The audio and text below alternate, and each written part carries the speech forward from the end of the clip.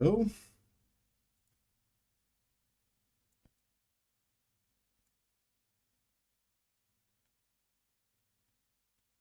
okay. Just take a few minutes to get started here.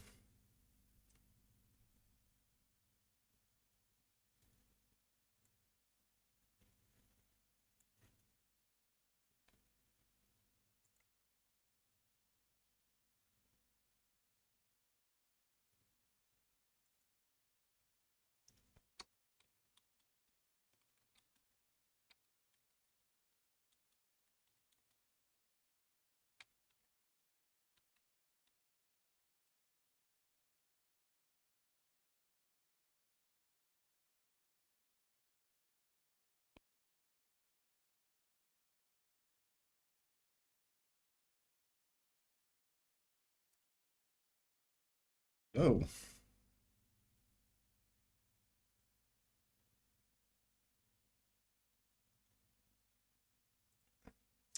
hello. So, few minutes to get started here.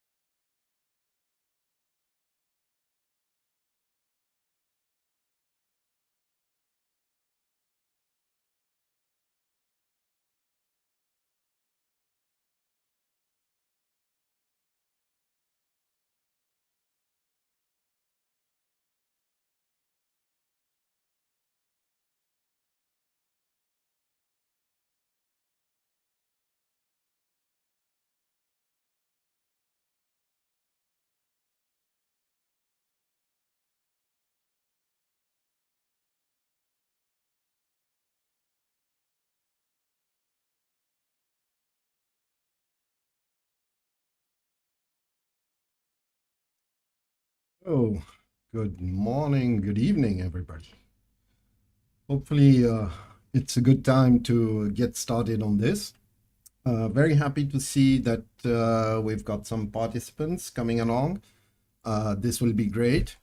Hopefully, this is pretty much a follow-up on our previous webinars and seminars that we did, the masterclasses mainly, that we did on grid bots and DCA bots.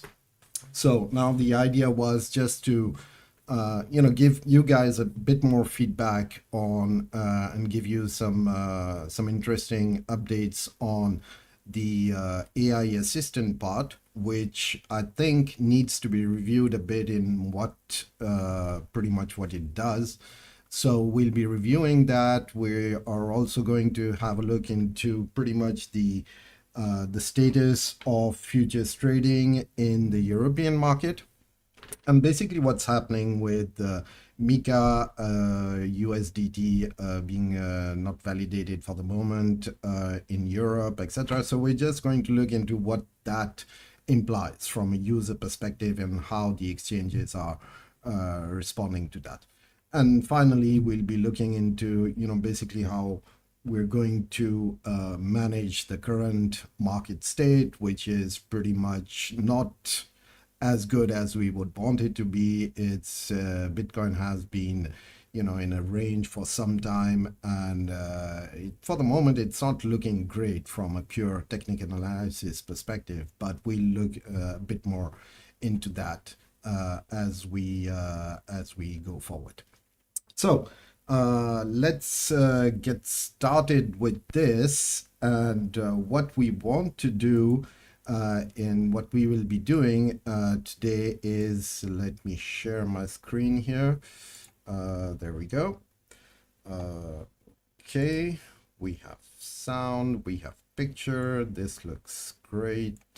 Okay, so basically the AI assistant, what we want to do is have a bit more details into how this works and what this is actually all about. So the AI assistant, what is the AI assistant? And I insist on the assistant following the AI word. Many people and many of our users think that it's an AI bot. It's not a robot based on AI, which is doing trading on AI strategies. No, it's not that. It's mainly across about the fact that the AI assistant is going to help you in selecting the correct assets and will offer, really personalized strategies in launching a group of grid bots based on the current funds that you have typically. So it's really about the way we are giving the ability to the users to very easily select a select group of coins that you can use based on your portfolio, and that you can use to start them automatically. Now there are a few differences the way between the AI and the AI Pro, and I'll get into that just a bit later. So how does this really work, and what is the AI and what is the assistant part in this? So basically the idea here is to say, well, Bitsgap has been working on providing strategies, which is back-tested data on a given set of crypto assets for many years. And we still provide that. It's being provided when you look into your strategies that are provided on your app. You can select, which ones did well in the past. The idea here is to provide really something which is going to help the user in selecting a given set of assets, a given set of coins that you want to run a trading strategy on. And that could be either DCA or grids if you want to. So the way the assistant is going to look, it's going to look at several data, and that's the performance and the tested strategy that Bitsgap has been having in identifying the assets that have been working very well. This does not mean that basically it's on past data, it's on hype, it's on what is the volume on the data. So there are a certain number of things that are being taken into account in defining what is a good strategy and what is actually really working well. So from that perspective, the idea here is to leverage, coins that have good volatility, and from that, basically expecting the user to have much better performance, because actually the user is wants to have a hands-off type of experience, and that's where the AI assistant is really going to help. It's going to also analyze a bit more into details of from a settings perspective. Typically, when you're a user and you want to set up a grid, you have to select your range, you have to select, the spacing, etc. The AI strategy is going to do that automatically based on past historical data or the current trend, identifying typically ranges that are being in which currently the asset is sitting. So it really simplifies, and the whole idea here with the assistant is to simplify the access and how the users are going to access and be able to launch a grid bot or multiple grid bot based on the assets that they have. So this is really very interesting, and this really makes sense. And I would really like, and I totally understand this, that this really makes sense for users who are new to the space, who don't want to go into details and in deep dive into technical analysis, etc. So it's really a good way of providing a quick step up for all the new users, for starters. It's really very interesting from that perspective. And basically, we're expecting, a much better performance because you are selecting the correct coins. So that's what the AI assistant is. And what the AI assistant is going to do is, when you start and when you select a given strategy, what it's going to do, it's going to look at a given exchange. It's going to look at the funds that you have. It's going to look at the different strategies that have been successful in the past. And what it's going to do, it's going to come up with 3 different type of settings. It's going to propose a combination of bots. And in this screenshot, you can see there are different coins that are being used. We still don't have a way to filter out the type of assets or the how the assets are placed in the whole crypto world based on volume. I would like to have something which would be more volume-based, feature-based, capital-based, something like more, but that's future things that we have to build. But it's what it's going to do is it's going to look at all your funds, what has been running great, and it's going to come up with 3 different type of strategies. A very short term is going to be pretty close to what we call the tight grades, which is a small number of ranges. And then if you go back to one of the webinars that we did on grid bots, you'll see I talked about this, which was narrow grid, conservative range grid, and long-term range for the grid bots. So those are pretty much the same thing. It's going to affect how big of a range you have, how many orders you're going to have, the grid levels, and pretty much, how long you can expect it to run. So aggressive, moderate, and conservative. These are typically going to be what we can come up with different settings, and we can do this manually also. But in this case, the AI assistant is really going to do it automatically for you. You don't need to look into the coins. You don't need to do any research.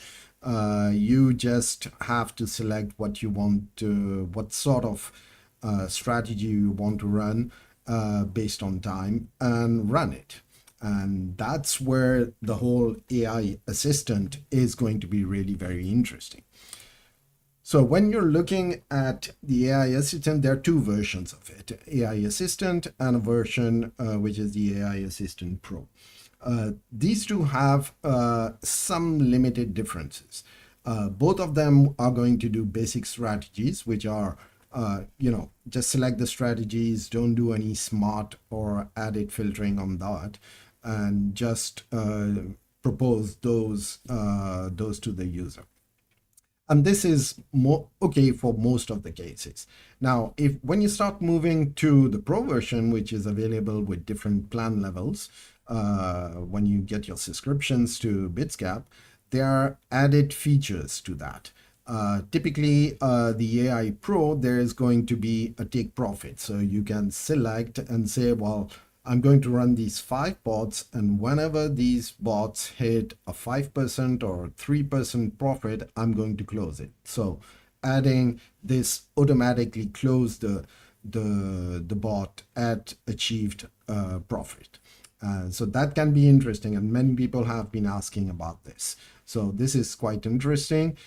It's also going to be about what we call optimized strategy. And there is some black sauce that goes into this, which is how we select the strategies. And there are different things. We can not give all the details of what the difference is really there, but it is typically trying to select more profitable strategies for the bots. And so it's going to do another level of optimization on the grid bots. So that's quite interesting. So that is what is for the AI trading, AI assistant. So let's quickly have a look into that. So when we start, typically what's going to happen is when you're starting, and I've got an account here, which is a blank account. It is a real account, but it's just blank. So when you get into the UI, the first thing you did see, there was a pop-up because I didn't have any bots running. That's why it was pretty much selecting this. So when we select the small icon, the purple icon here, which is the AI assistant, it's going to be it's going to bring up a wizard. And in here, what you can do is just click on start, and it's going to start looking up the exchanges that you have and that are connected. In my case, I only have a Binance account connected, but it's also going to propose, and I suppose, let's see what it's going to do. It's still going to propose the other exchanges if they are not connected, but in my case, I've got only Binance one. So when I'm selecting Binance, what I'm going to do is based on the overall available investment that I have, and this is going to be grid bots.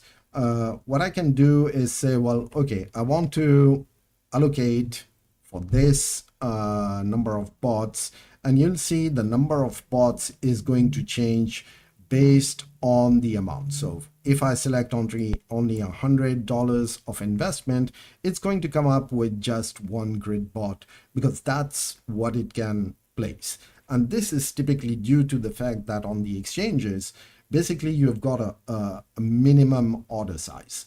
And this order size has to be, in many cases, and Binance is not the best example for this because it has quite high levels. I think it's $5 or $10 per grid line, per order that you can have. So, but if I put in $1,000, that means that I can have bigger bots. And this is typically going to create much more bots, and it's going to select a given number of strategies that are going to be much more interesting for the user. So typically the 3 different type of bot groups that it is talking about, and you can see that aggressives have always a higher number of grid bots, and that is typically because you're compared to the moderate or the conservative strategies, while the conservative and the long-term strategies are going to be much wider in range. So that means that they're going to have more grid lines, and that means that you need more funds for that. So you can basically run less grid bots. But still, this is still interesting. It's going to select automatically the assets. Let's take the conservative or the aggressive, whatever. And what we're going to do is, once you've selected your strategy, I'm rather going to be moderate or conservative, because that's where I'm trading, and because there's a risk perspective behind this. Every time for the short-term ones, it's going to be much shorter. You've got to do much more monitoring on it if it falls out of range, etc. Where the conservative and the midterm ones are much more from a pure security level and risk management level, from my perspective, are more interesting. They're more in my strategy. But you can definitely have several bots running in a conservative strategy, and then come back and allocate some aggressive ones that you need to monitor a bit more. So okay, we've selected moderate style, and then we'll do a continue.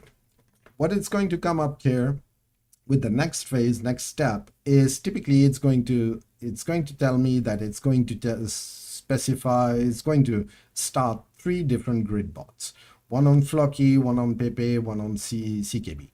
And what it's going to do is start. I don't have access to the configuration, and that is where the AI and the is making sense, because you do not do any extra configuration on this. It's a very easy startup.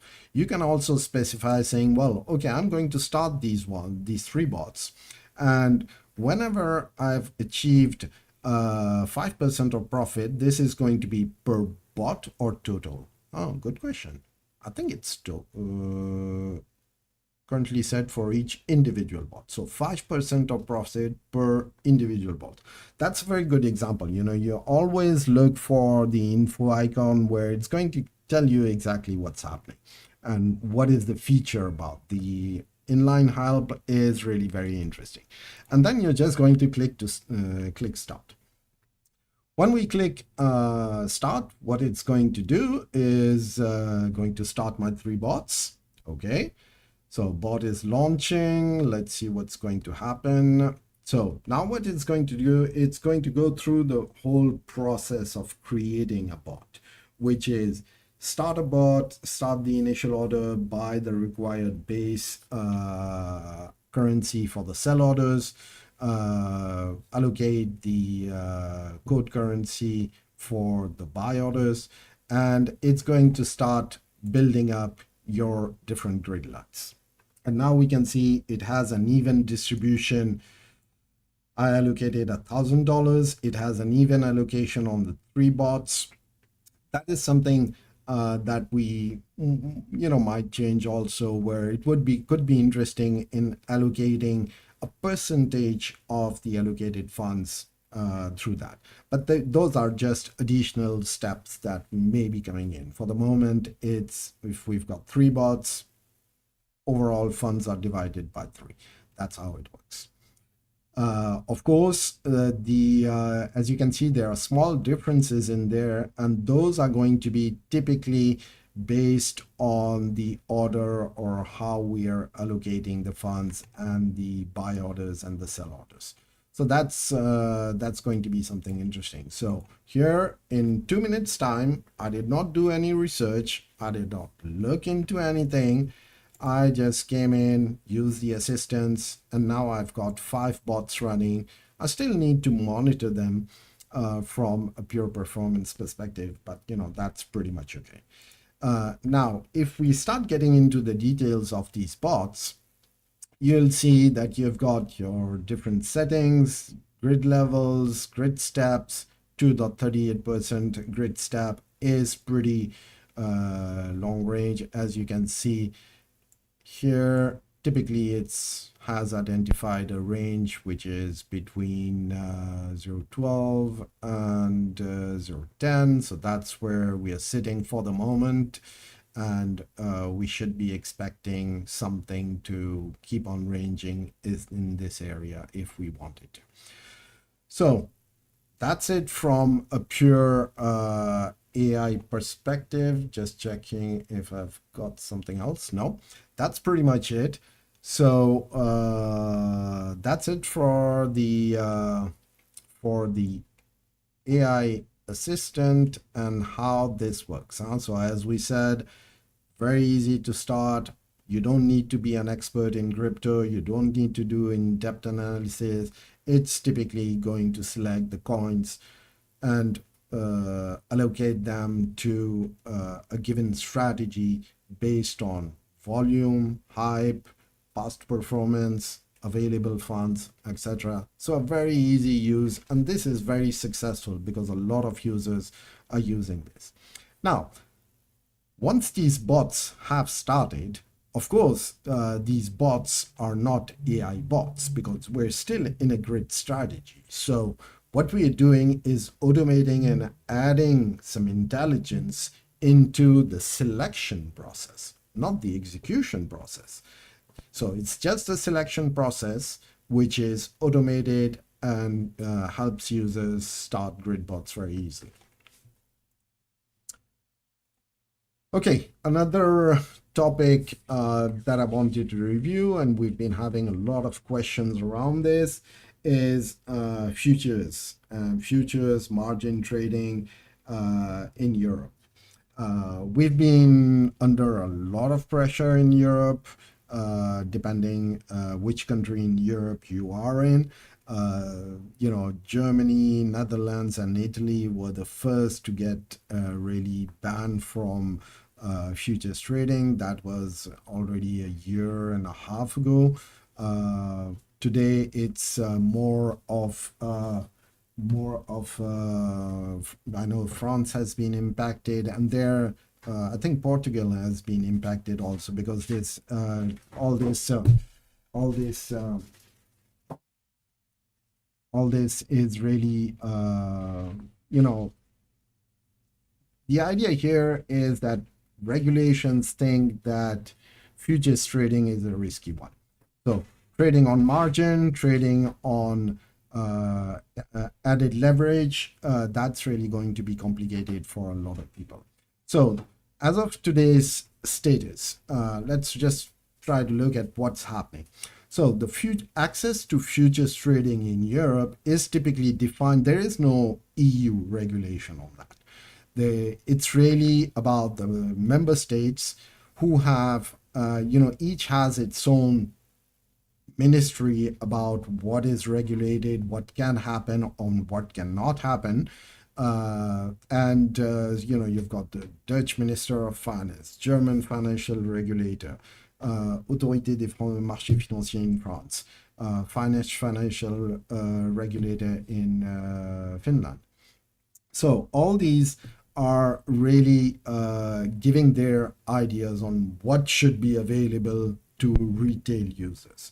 It's not about banning institutions, because you can still, as an institution, and if you're trained and you've got the whole track record of being having some sort of degree in financial management, then it's okay. But for retail traders, people like, especially people trading crypto like you and me, it's they consider that we don't know what we're doing.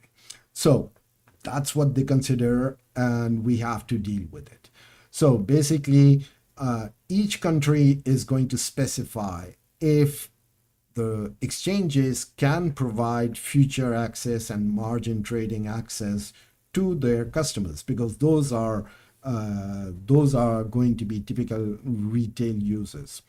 So every exchange, and there are quite a bit out there. We've got Witbit, you've got Bybit, you've got Binance, you've got Poloniex, you've got so many exchanges out there who have, more or less, depending on where they are sitting and in which country they are operating, and their level of authorizations, they need to have that right obtained as an authorization perspective from the local regulator. So if you're in Germany, for example, and Binance wanted to provide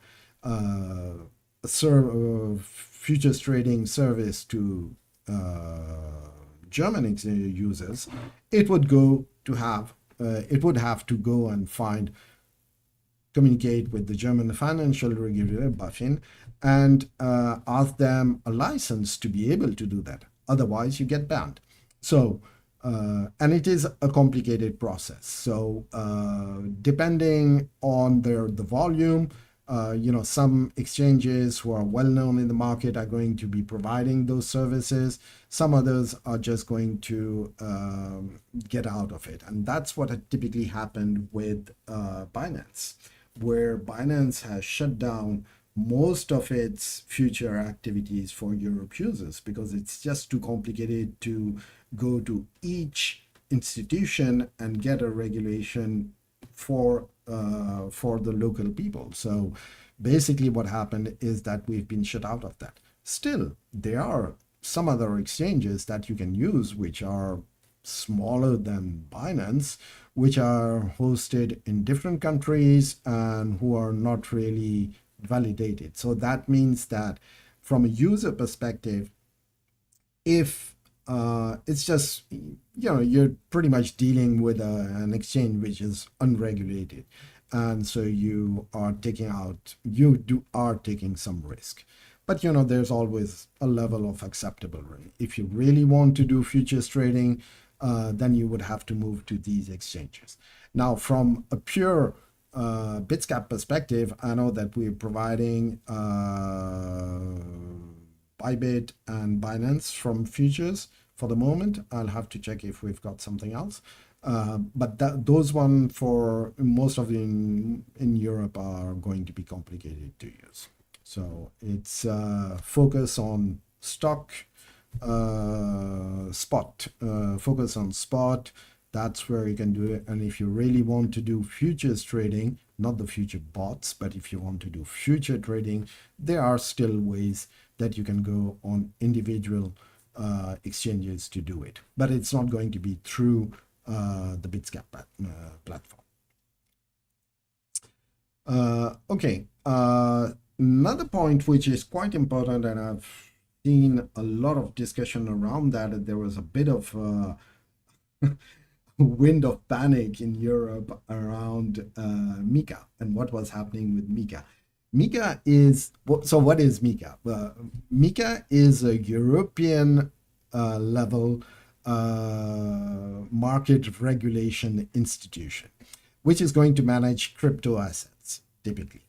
Again, it is driven by a set of rules. The regulation is going to cover not only not all the crypto assets, but the crypto assets that need to be defined as financial services, or which are instruments of financial services. And those are typically valid for all the stable coins. Stable coins are impacted by that because they are pretty much means the equivalent of a dollar, of a euro, etc. So they're going to be impacted from that. The idea behind MiCA, and this has been running since it started, MiCA itself started in June, but the process has been going on for some time in Europe, where they're trying to put under control, in a good way, this wild market of crypto, where anybody can come in, define, create a new coin, etc. So it's really about monitoring what's happening in the market, detecting that there are crypto coins or assets that are not trustworthy. It's going to be around market manipulation, trying to control market manipulation, things like that. It's also going to have, it has different aspects about, protecting the investor, because that's the whole idea.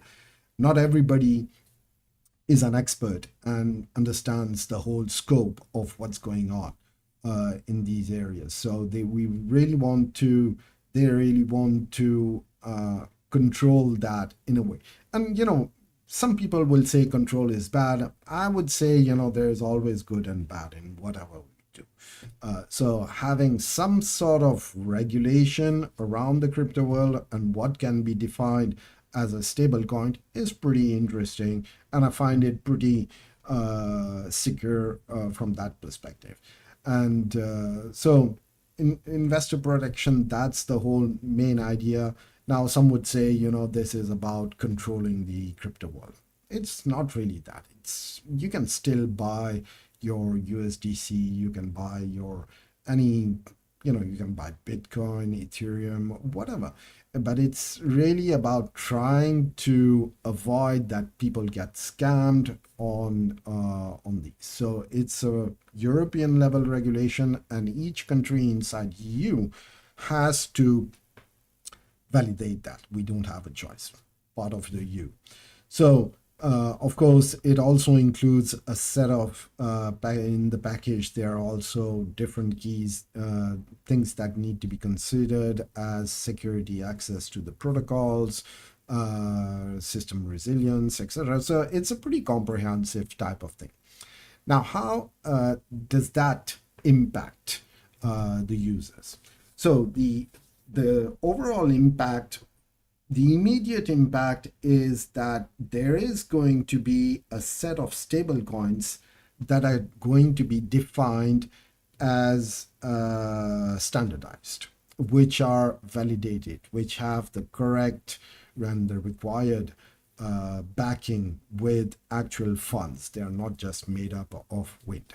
And for this, it's going to be monitored by the European Banking Authority, which is the EBA, otherwise called. And those, that entity is going to validate if somebody can be called a stable coin or not.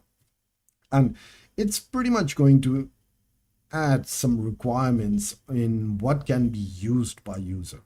Again, the main idea here being protecting the users and avoiding, really bad investments or things like that, or getting caught in stable coins that have no backing, things like that.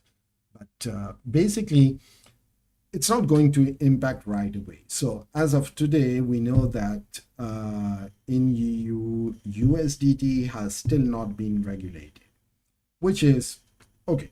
It will happen somewhere in the future, and it's just taking some time. As of today, USDC has been regulated, and so that's why when you're looking at different exchanges, each exchange is going to provide a timeline for that transition. We know USDT has been the main code currency and main stable coin that has been used, but it is going to obviously move on to a validated coin such as USDC. And Binance has its own timeline in moving there. As of today, basically you still have your USDT. If you have in your trading are actives, your bot are active, it will keep on working for the next 3 to 6 months until December, pretty much. And December will be the next phase. First one was June. Next one is going to be in December, where we'll see where the exchanges move from there. This does not mean that USDT, if you have any, is going to lose its value. It's not going to be depegged. That's not happening. A USDT is still a USDT. It is pegged at 1 USD, so it has its value. It is still a stable coin. It's just not part of the process and has not been validated. So basically, there is no big issue here. There is no panic. You don't need to start moving your USDT out. It's something that will take time, and the market will adapt. Maybe, different things that can happen. USDT gets validated as a stable coin, then we're all good.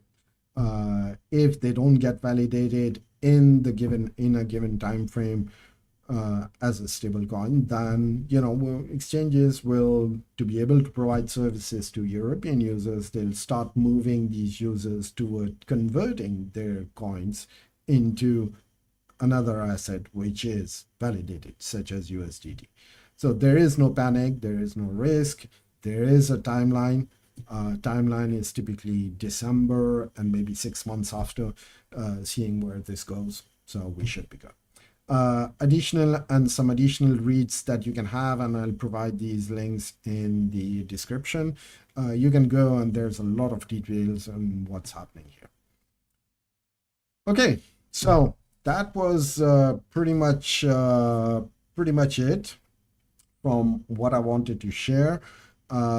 We do want to, I think we've answered most of the questions that were in the that were posted on the poll. There was one about AI. Can we bring that up? Yeah. Okay. I've got it here. So AI Pro, what is the difference using between the strategies? So we talked about the aggressive, cautious, and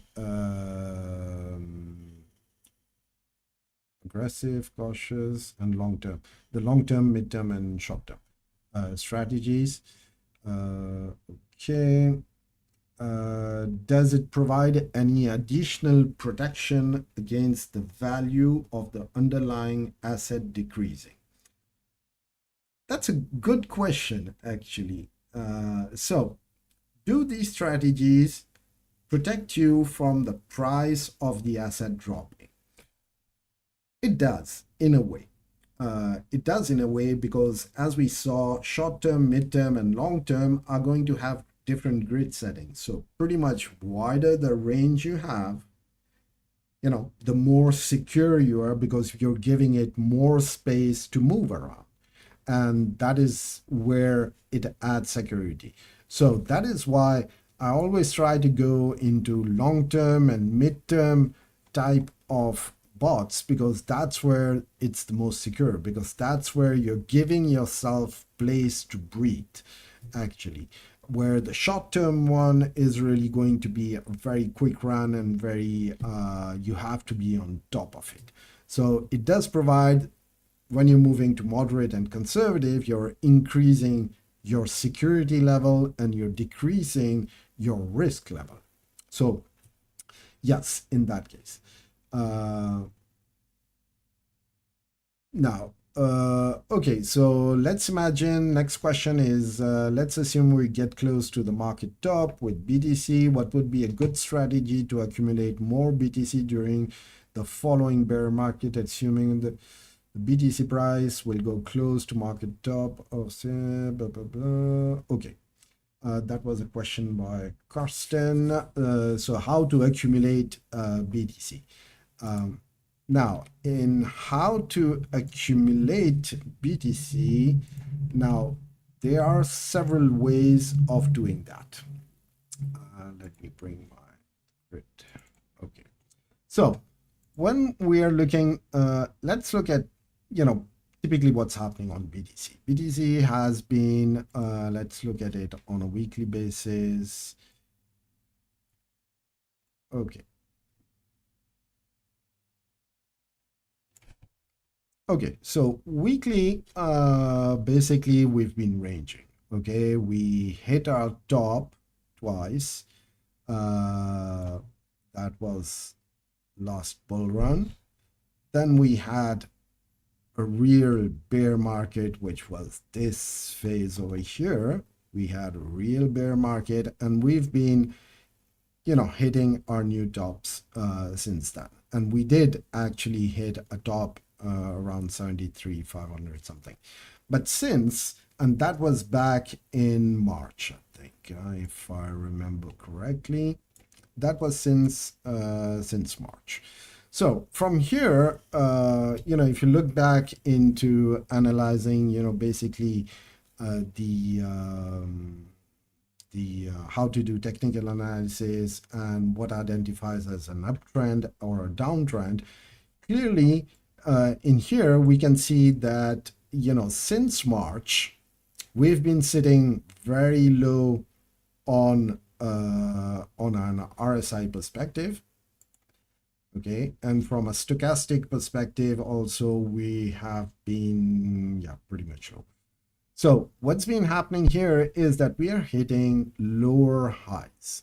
That's what's happening. That is typically, you know, that's what characterizes a downtrend. So we've had lower highs, one after the other, we're at the third, and we've had lower lows that are being hit as we see. When you look at the actual MAs, they are also starting to converge. So we can see that the 100 and the 50 are converging here. So that means that there is a real, not much pressure into buying, even if people are still buying. But basically what's happening is that we're in a local downtrend. What can be expected here, as you can see from a pure stochastic RSI perspective, which is a combination between stochastic and the RSI moves in flows. Stochastic moves in flows also. So what we're seeing here is that after a real top, we hit a low, and now we're bouncing and we are starting to hit higher highs on this. So which means that we'll have something that may typically, let me draw something here.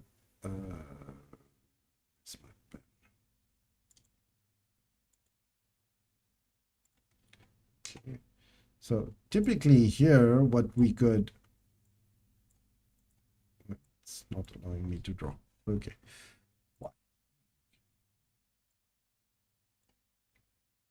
So it's typically going to, you know, have something which is going to be like this, which is going to be the next sort of uptrend in here. But in order to start moving on that trend, and it's again by waves, we have to come down. So in this case, for the moment, we're just, and there is a divergence here. Typically, we've started to mark higher highs, but we are marking lower highs on the price perspective. So there is a divergence, which means that, you know, there is something which is not as obvious as possible, as it would need to be. So either we can drop from here, or we can keep on moving higher from perspective, from a pure stochastic perspective. And that's where we're going to see how this goes to the next step. So I'm still expecting a downtrend on this, a local downtrend for maybe a few weeks.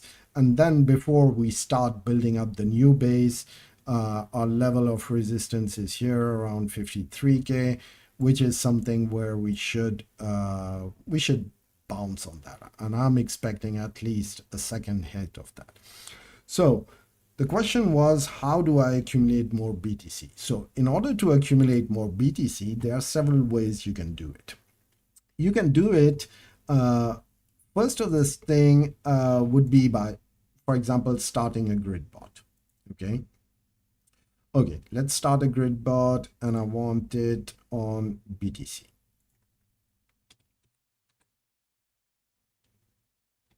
Oh, it's not a grid bot, I want a short bot.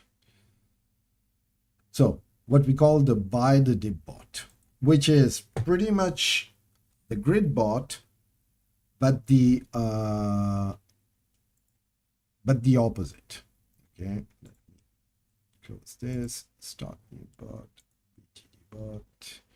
Okay, I want BTC. So the BTC bot is quite interesting because what it's going to do, let me stop this, BTC USDT. Okay, so I don't need to buy some USDT on this, buy some BTC on this, or will it, because I have Why is it now insufficient balance? Why don't I have correct balance? I did have some balance. Still got, oh, right. I'm in a BTD bot. So the concept is upside down. When you're running a long bot, that's typically when you need code currency and then you're buying your base currency, which would be BTC. In the other way around, what you need to do is you need actual existing BTC. So you can do that by just going into the trading terminal and buying some BTC. And I could do that saying, well, okay, I want to start this bot. I'm going to buy some BTC. Let me find, okay, I'm in trading. What do I want? I want BTC. I want to buy BTC. I want to use market price. Okay, and I want to buy $400 worth of BTC. And what I'm going to do is just buy it immediately. So now, either I buy it now, or you want to look into some sort of TA and looking for local down on the daily, the weekly, whatever. What I'm going to do is just buy some BTC now. Am I doing it by market? Okay, so I did buy $400 worth of Bitcoin at current price. So now I can go back to the bots, start a new bot, buy the dib bot. I want to run it on BTC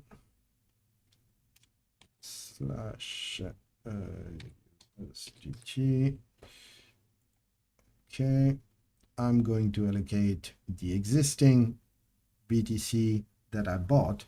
Ideally, in my case, what I would have had to do is only buy 200 worth of, which is, you know, okay. But what is the system is going to look into the existing BTC, and you know, I bought it now and I'm going to sell it right now if I need to,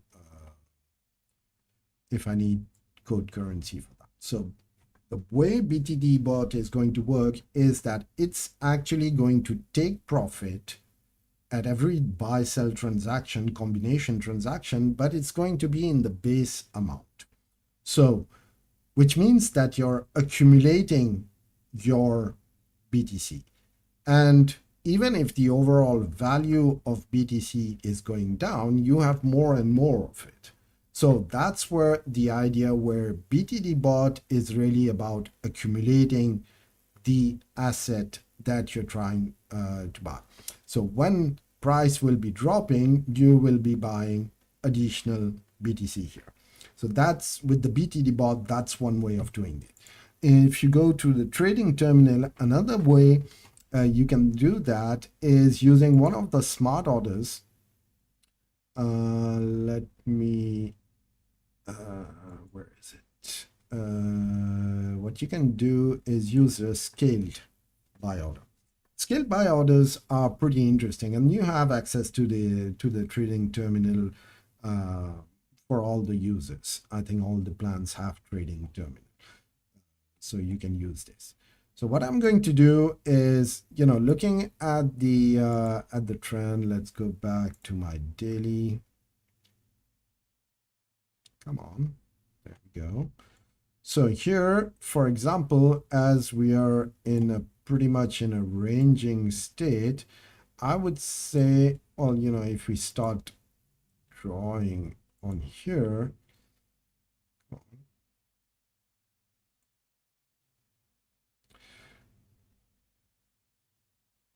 we can see we're pretty much going down. I'm using candle bodies for this. Okay, so basically we're in a down range. At the top, we still don't know what's really going to happen. We had a double top here. So what can be interesting here is that typically we can say, you know, at least it's going to fall to 50K. So what can I do here? Well, what I can do is say, well, I can set up an order saying I want high price to be 60, low price to be 50. Okay, and I'm going to place 10 orders that are going to be distributed on this. And basically, I'm going to allocate some funds to it, which is not 100% of my portfolio, because what happens if it keeps on dropping after that?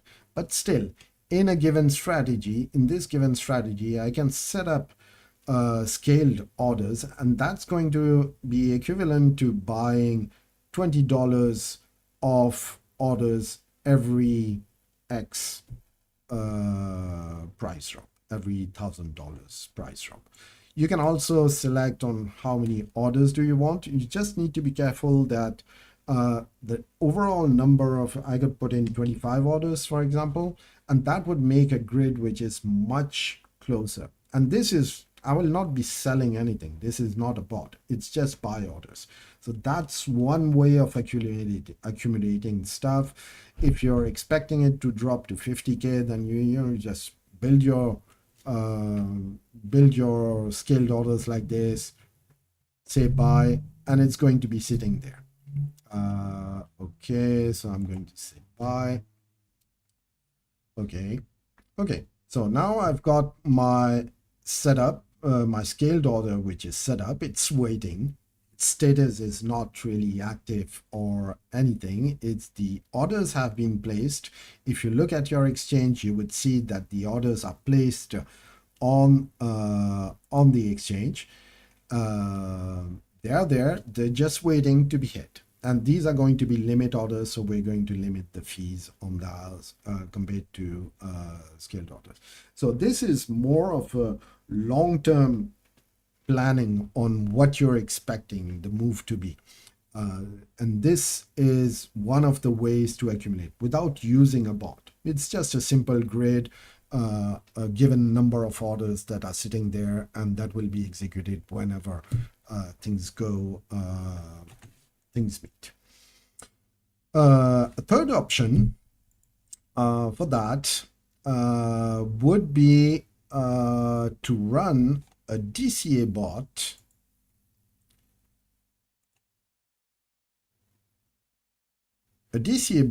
but running a DCA bot that's going to be short. And so that's and I'm still on spot market, so it's not a real short as in futures, but the idea is I'm going to use my existing assets that I have. Imagine I have 0.1 BTC. Okay, let me select this. Okay, I have 0.1 BTC. Now, what it's going to do, as most of you guys are familiar with the DCA bot, where your DCA orders, which are your averaging orders, are on the buy level. The short, when you're using a short, it's the other way around. If the price rises, then you're going to sell some BTC. Okay, so you're going to sell, which means sell or buy.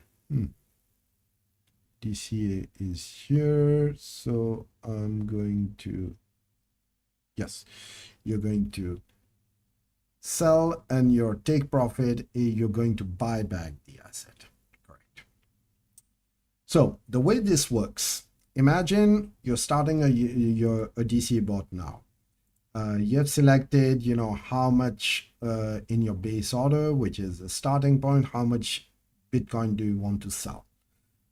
If the price keeps on going up, you still have that Bitcoin in reserve. You're not putting all your Bitcoin funds into it. But you're going to, from an overall DCA perspective, you're going to distribute the amount of BTC that you're investing in this. And what would happen here, if your price keeps on moving up, then you're selling some additional BTC. which means that your average buy price, your average sell price is going to increase. Okay, so your average buy price is going to, your sell price is going to increase, and your take profit is, which is your, the DCA level and the take profit, where you've defined that you're taking maybe 2, 3, 10% of profit, whatever. That's where you're going to hit your take profit. That take profit is going to follow your DCA line. So your DCA line is going to go up. So you have 0.1 BTC and you're selling small portions of it as the price is going up. So you're taking cash for that. And when the price is going to go back down, you're going to hit your take profit. When you're hitting your take profit, well, what you're doing, you're buying the asset back. So you sold it at a higher price and now you're buying it back cheaper. Okay, so you have the same amount and you have generated some profit in BTC in this case, because we're running short. So that the profit you'll be taking will be in short. You still have the same amount of base asset, as we said, but you have generated some profit on it in the base currency. That's another way. It's basically a concept of inversed DCA bot, where you're leveraging the downtrend of a given price to generate profit. And this generated profit is going to be in the base coin that you're going. So the three ways that you have to accumulate more BTC if you have a planned BTC price drop: BTD bot, scaled buy orders, and running a DCA bot short. Those are the three options that you have.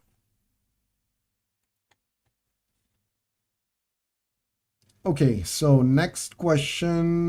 Would you please restore the daily? Okay, the daily profit,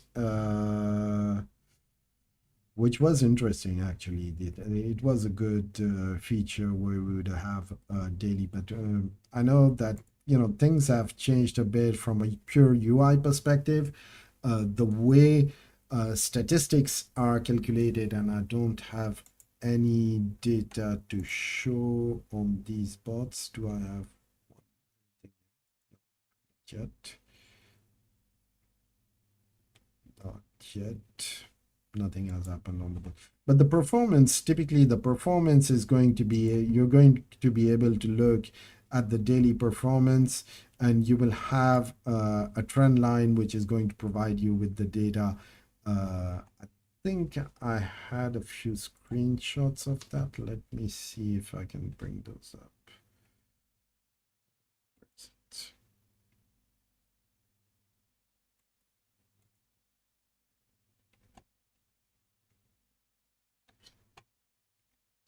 I think I had a few screenshots of the UI performance.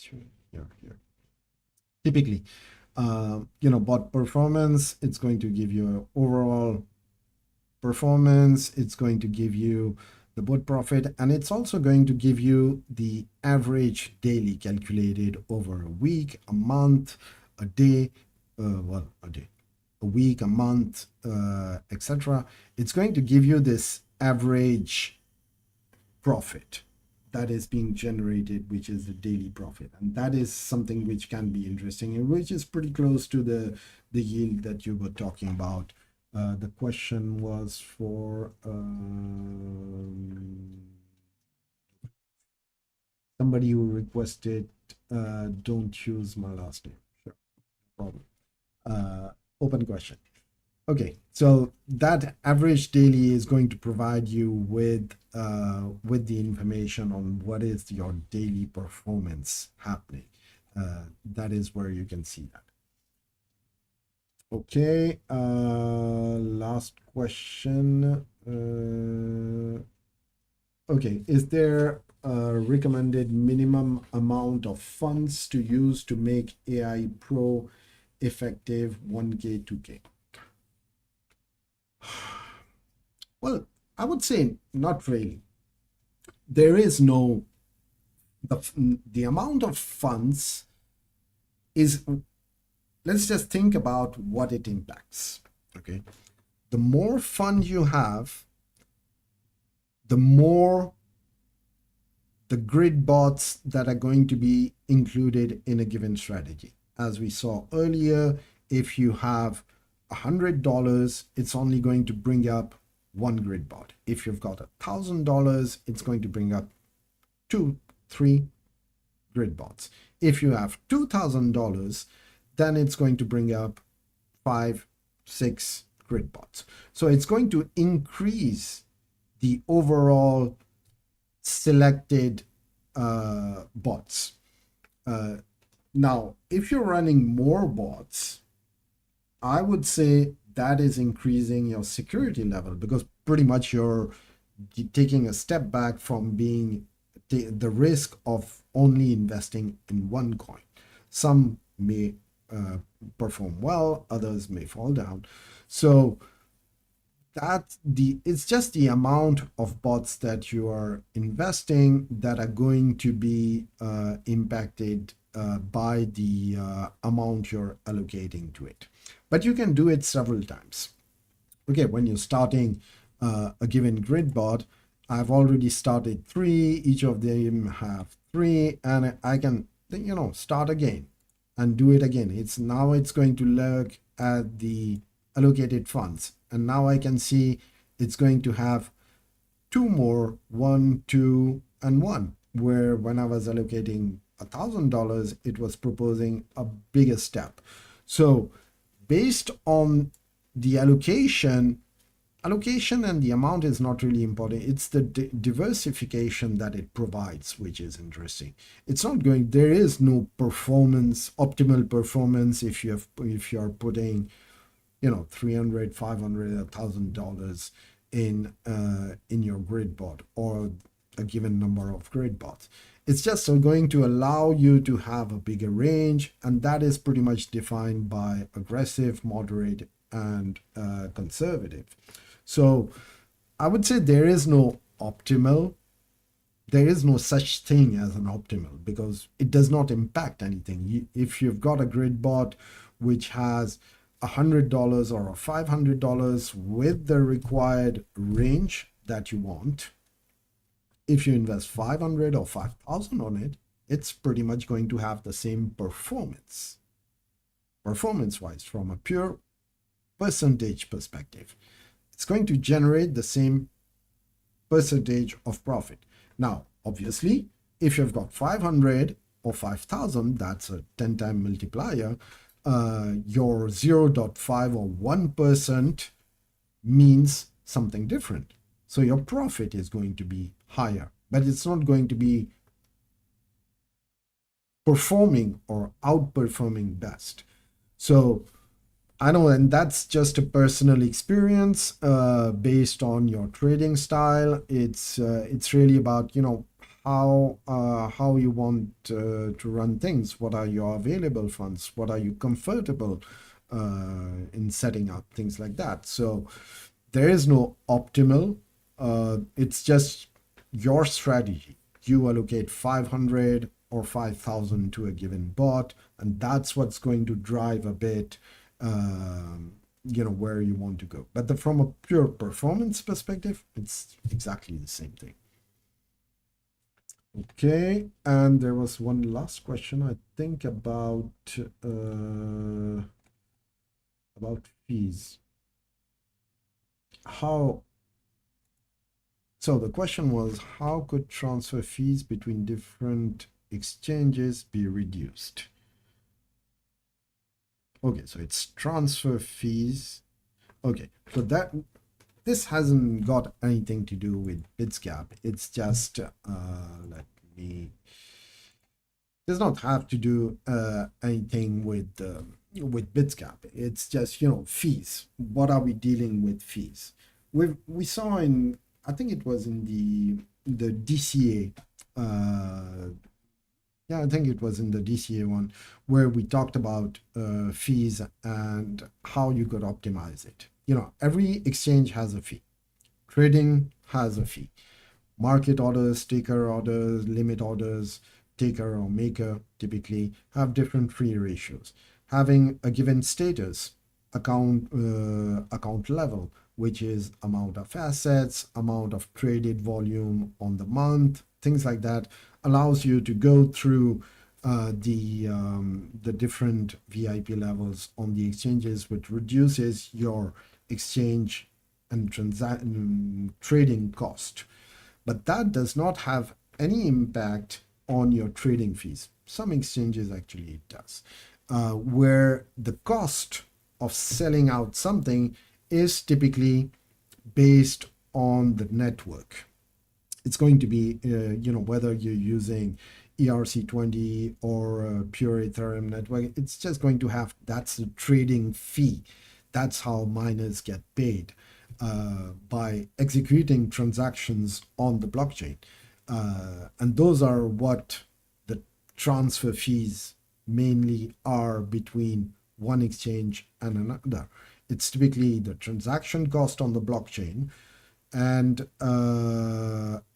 then some exchanges do add in some extra cost for them, but that is very much per exchange, so we don't really know.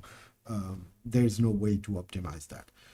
So optimizing a cost on a transfer between exchanges, if you're flexible in the asset that you're transferring, you could, for example, you want to transfer some, I would say, okay, let's take some BTC.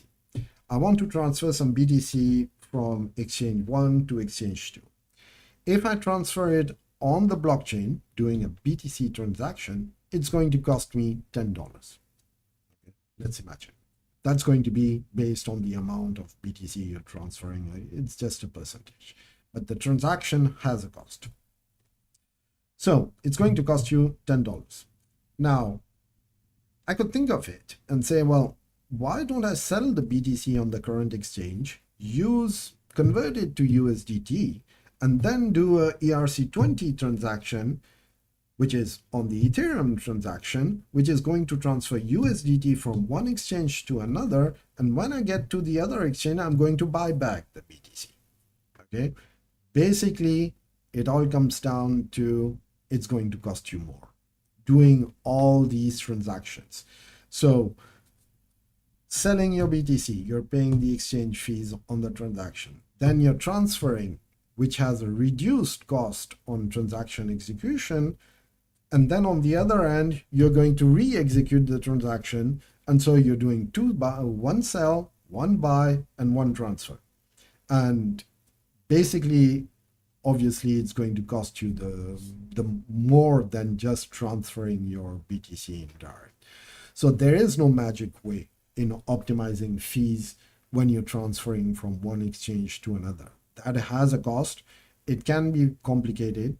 I definitely get it. I manage also several exchanges, and sometimes I have to, deal with that. And it has a cost. It just has a cost. There is no magical way to remove those. On the other hand, optimizing your fees on a given exchanges, I think we saw that in one of our, let me see if it was in the DCA one. I think there was something about optimizing fees. Let me just check. Indicators. You can still optimize your fees on a given exchange, and there are different ways to do that. One of and we talked about it, it was about, increasing your VIP level, more trading, go through the VIP levels. That's one thing. A second way to do it, most of the exchanges do provide an additional coin that you can use to pay for your fees. And they give you an additional 25% discount on that. I can't seem to find my slide, but never mind. They're going to give you an additional discount on the fees that you're paying just because you're paying in that given coin. So on Binance, it's going to be BNB. If you're paying your fees in BNB, you get a 25% discount. So you're paying 25% less of fees. Still, you need to buy BNB. If you're on Poloniex, it's going to be TRX. On KuCoin, it's going to be KCX. And that's one of the settings that you can get into where you decide on your user account that you're paying your fees in that given asset. So you need to purchase it. And what I do, and I do use that typically for BNB on Binance, where I'm looking at from a weekly perspective, if things are in range, what is the RSI looking like, the stochastic looking, what are the MACDs looking like, and when those hit lows, I purchase. I know pretty much how much fees I'm paying in a month or 2 months time. So what I do is when I see that BNB is hitting those lows, I do purchase at that point. And then I'm using those BNBs to pay for my fees for my other bots that are running. And the interesting thing here is that this is going to be, you're going to get some value out of the 25% discount on the fees, the amount of the fees. And then if your BNB price goes back up again, then you're spending less and less BNB. So it's there is a strategy. You can build a strategy on that where whenever you see hitting lows, you buy that given asset, which is the discounted asset that you can use to pay for your fees. And as the price is going up, you pay with that. So you're basically giving out less assets from your perspective. So that you do have some optimization on that. But definitely, the fees are something that need to be paid. Oh, right. I remember now. It was on the GridBot. It was on the GridBot. The GridBot video does provide a fees review, and we did a review of wide grids with narrow grids, and what was the impact of that. Let me just bring that one up. During that time, I suppose if there are any other questions, do not hesitate to bring in questions.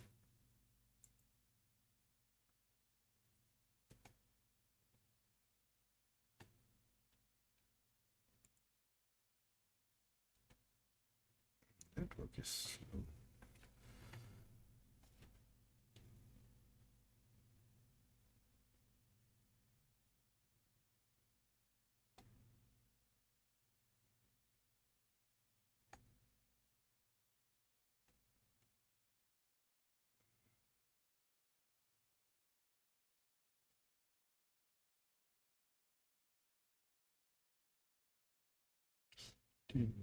I think it was this one.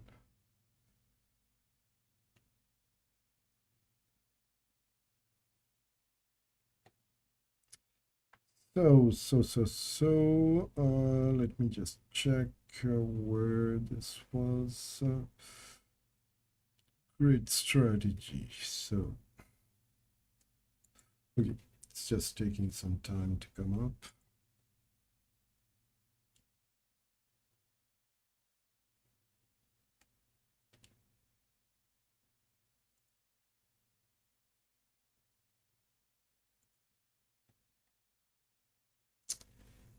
Grid fees, where was that? Oh.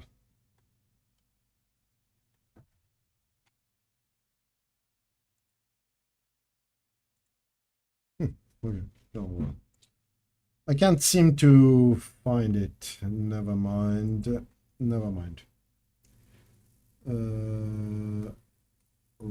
Okay, well, looks we are after deploying BTC long at the bottom of an uptrend, but following a series of trends and decline, I'm losing just the value and accumulating, or am I losing both the amount of assets and its value as the price decreases? Oh, let me read that again.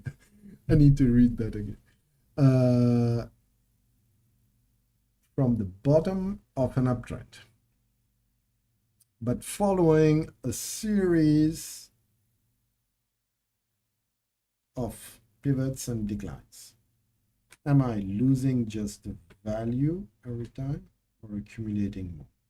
Well, if the thing is that if you're trading an asset, typically on GridBot, if you're trading an asset that you want to accumulate, well, you're not accumulating, because as the price is going up, you're pretty much selling off the assets that you have.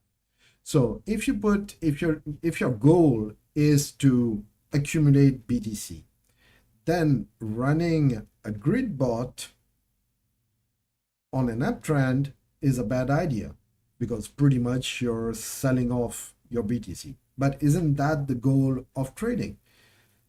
It would definitely, if you were holding those assets and never selling them, well, then that would be just a holding position, and you are not generating any profits out of it.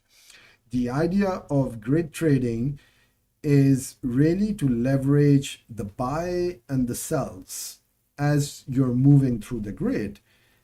And that's, basically, when you're looking at it, it's just, and I think I gave the example last time, which was, a grid trading is just like buying a house.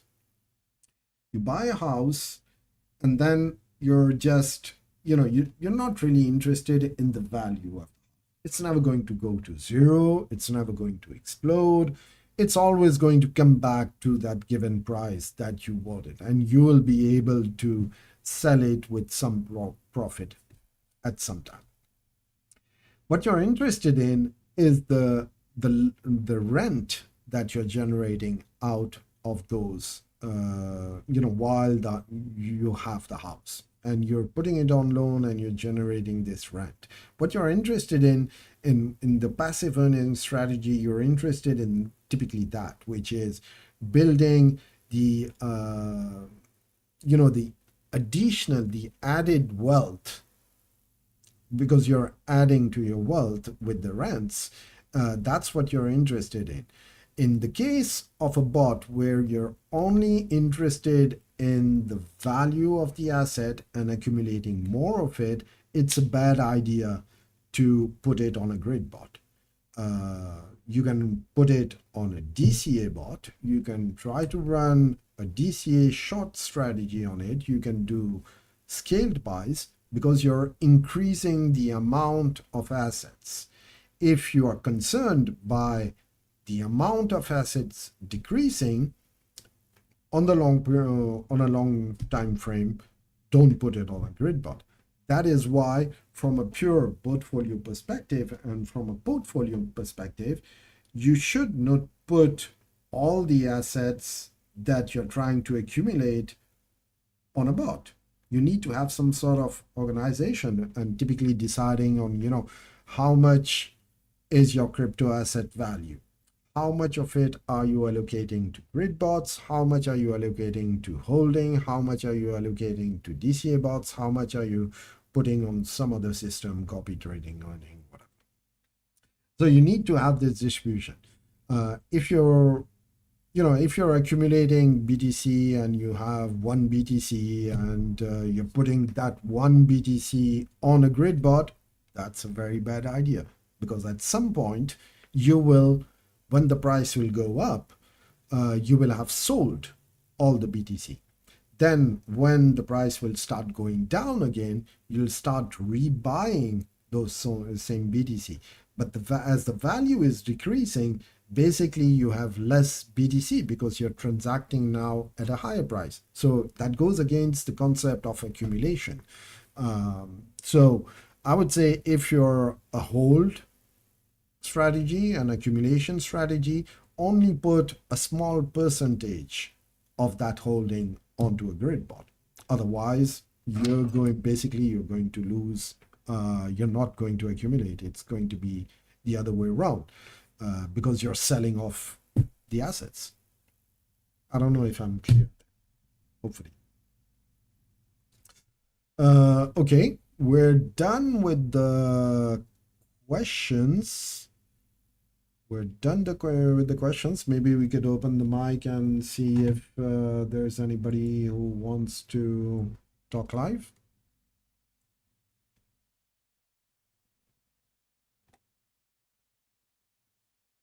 Nope. Okay, so we're done with reviewing our overall market status. Now, from a pure expectation perspective, there are up and downs. This downtrend on BTC is something which has been expected. It is expected. There has been a lot of buying pressure due to the ETFs that came on, which has been putting in a lot of pressure from the buying side. And that is why we saw this price increase. Typical BTC market would have some sort of bear phase after this initial push, which would then really get into build the foundation for our next bump, and which would be our really the bull trend, which is expected. I think we still need to watch out for some down lower lows for the moment, and the way, and that's just a personal the way this works is that you need to have some cash sitting around, and that is why managing your portfolio is something which is really interesting and needs to be structured. It's not all your assets that you're putting on bots, etc. You need to do some portfolio management, and that is really about structuring your financial the play that you're doing. You're defining your strategy, and for that there are many ways to do that. Let me see if I can typically, this one. Typically the portfolio that typically the portfolio that you're trying to, you have to structure your portfolio. This is about building a portfolio. It's not just about trading. It's being a trader from a wider perspective, where you've got a diversified view of how you are dealing with different income sources, different things, it can be bots, it can be smart trades, etc. And you always need some sort of cash that will allow you to leverage, when price is going down, and be able to DCA into it. And, I'm a fan of DCA, whatever, not just the bot, DCA as a global perspective. And when you're focusing on top 20, top 25, top 30 coins, those will definitely, when you look at over several years, you see that they are gaining value. So DCAing into Ethereum, BTC, and all the following 20 coins is something that needs to be managed, and that's just another aspect of trading, and that's really about investment management, financial management. There are several people who can provide that. There are a lot of resources that you can look at. We discuss about that in the knowledge base also. I think you can go through the masterclasses where we did review this portfolio management. There's a lot of interesting articles on Investopedia Glassnode, it really look into the details of that. And there are several resources, several people available who are providing quality service on really helping you build this financial plan. I may be able to share some of those names very soon, but we're still in the process of validating those. So it is interesting. So portfolio management, that's what it is. It's not just trading. Have a plan ready, build a strategy. That is what needs to happen. And once you have that, it will give you a much better